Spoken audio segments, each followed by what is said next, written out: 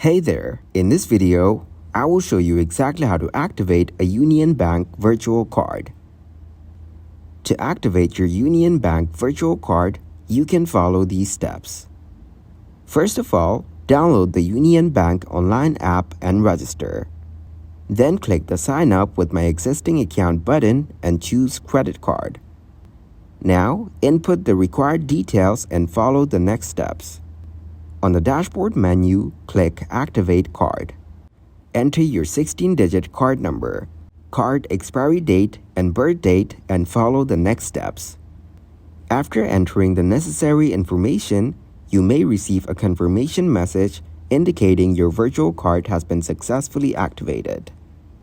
Some banks may have additional security steps, such as sending a one-time code to your registered mobile number or email for verification. If prompted, follow the instructions to complete the activation process. Once the activation is complete, your virtual card should be ready for use. You can start using it for online transactions, and it may also be linked to mobile payment services if supported.